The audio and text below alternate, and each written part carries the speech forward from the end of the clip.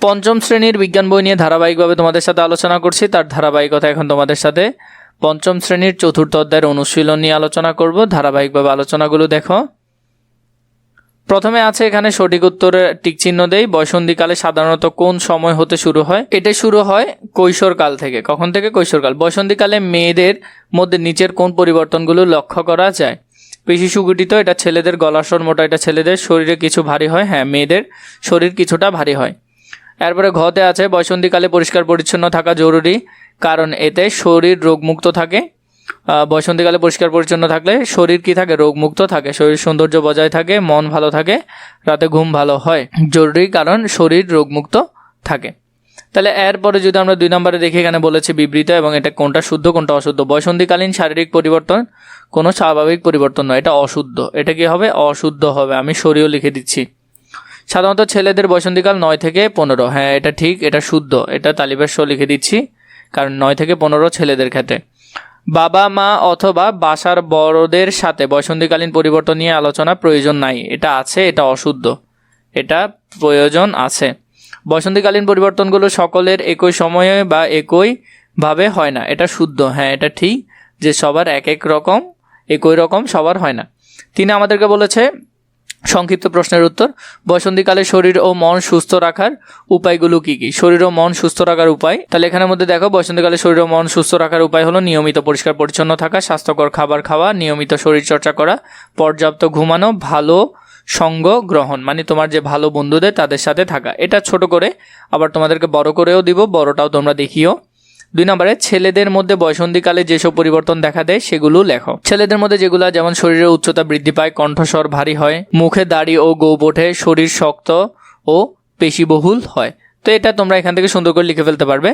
এরপর দেখো এই যে বর্ণনামূলক প্রশ্ন আছে, এগুলো আমি তোমাদেরকে ছোট করেও দিব, বড় করেও দিব, যেটা তোমরা একটা পড়তে পারবে আর একটা খাতায় সুন্দর করে পরীক্ষার মধ্যে লিখতে পারবে। বয়সন্ধিকালীন পরিবর্তন একজন শিশুর বড় হয়ে ওঠার স্বাভাবিক প্রক্রিয়া ব্যাখ্যা করো। বয়সন্ধিকাল এমন একটি সময় যখন একজন শিশু ধীরে ধীরে কিশোর বা কিশোরীতে পরিণত হয়। এই সময় শরীর ও মনের নানা পরিবর্তন ঘটে। এইসব পরিবর্তন স্বাভাবিক এবং বড় হয়ে ওঠার একটি অংশ। তাই এই পরিবর্তন নিয়ে ভয় বা লজ্জা না পেয়ে সচেতনভাবে গ্রহণ করা উচিত। তো এখান থেকে এটা খুবই সুন্দর করে পড়ে ফেলবে। আমরা যদি এই প্রথমটার বড় করে উত্তরটা দেখি, দেখো প্রথম যে বর্ণনামূলক ছিল এটার বড় করে দিচ্ছি, এটা জাস্ট তোমাদেরকে বোঝার জন্য দিলাম এখানের অংশটা। আর এটা দিয়েছি তোমরা পরীক্ষার মধ্যে তো এত ছোট করে লিখলে হবে না, বড় করে লিখতে হবে।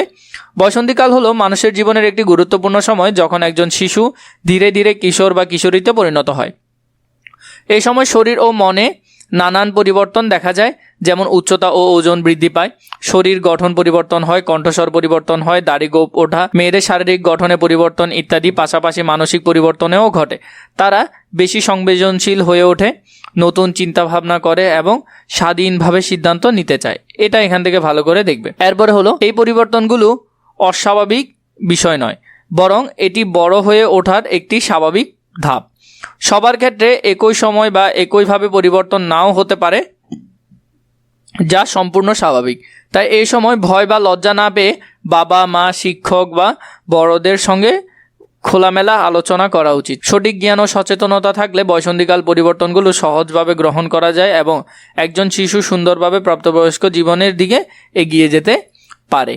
তো সেমভাবে আমরা যদি পরের প্রশ্নটা দেখি, পরের প্রশ্ন আছে বয়সন্ধিকালে সুষম ও পুষ্টি সমৃদ্ধ খাদ্য গ্রহণ গুরুত্বপূর্ণ কেন? আগে ছোট করে দেখাচ্ছি, এরপরে বড়টা দিব। বয়সন্ধিকালে শরীর দ্রুত বৃদ্ধি পায়, তাই সুষম ও পুষ্টিকর খাদ্য শরীরকে শক্তিশালী করে, রোগ প্রতিরোধ ক্ষমতা বাড়ায় এবং মনের বিকাশে সাহায্য করে। তো এটা এখান থেকে খুবই সুন্দর করে লিখে ফেলতে পারবে। এরপরে যদি দেখো 2 নম্বরের মধ্যে বয়সন্ধিকালে সুষম ও পুষ্টিকর খাদ্য গ্রহণ গুরুত্বপূর্ণ কেন? আমরা যদি দেখি বয়সন্ধিকালে শরীর দ্রুত বৃদ্ধি ও বিকাশ লাভ করে। এই সময় শরীরের হাড়, পেশি ও বিভিন্ন অঙ্গ প্রত্যঙ্গ দ্রুত বড় হতে থাকে। তাই শরীরের চাহিদা পূরণের জন্য সুষম ও পুষ্টিকর খাদ্য অত্যন্ত প্রয়োজন। সুষম খাদ্য শর্করা, আমিষ, চর্বি, ভিটামিন ও খনিজ লবণ সঠিক পুষ্টিকর খাবার শরীরকে শক্তি যোগায়, রোগ প্রতিরোধের ক্ষমতা বৃদ্ধি করে এবং মস্তিষ্কের বিকাশে সাহায্য করে। এছাড়া এটি রক্ত স্বল্পতা, দুর্বলতা ও বিভিন্ন রোগ থেকে রক্ষা করে। এই সময় পর্যাপ্ত পানি পান ও ফলমূল, শাকসবজি খাওয়াও জরুরি। সঠিক খাদ্যাভ্যাস গড়ে তুললে শরীর ও মন সুস্থ থাকে এবং ভবিষ্যতে সুস্থ ও সুন্দর জীবন গঠন করা সম্ভব হয়? খুবই বেশি গুরুত্বপূর্ণ, খুবই ভালো করে দেখবে। আশা করি তোমরা উত্তরগুলো কিভাবে লিখবে তোমরা ভালো বুঝতে পেরেছো। এর পরবর্তী অধ্যায় প্রয়োজন হলে নিশ্চয়ই কমেন্ট করে জানাবে।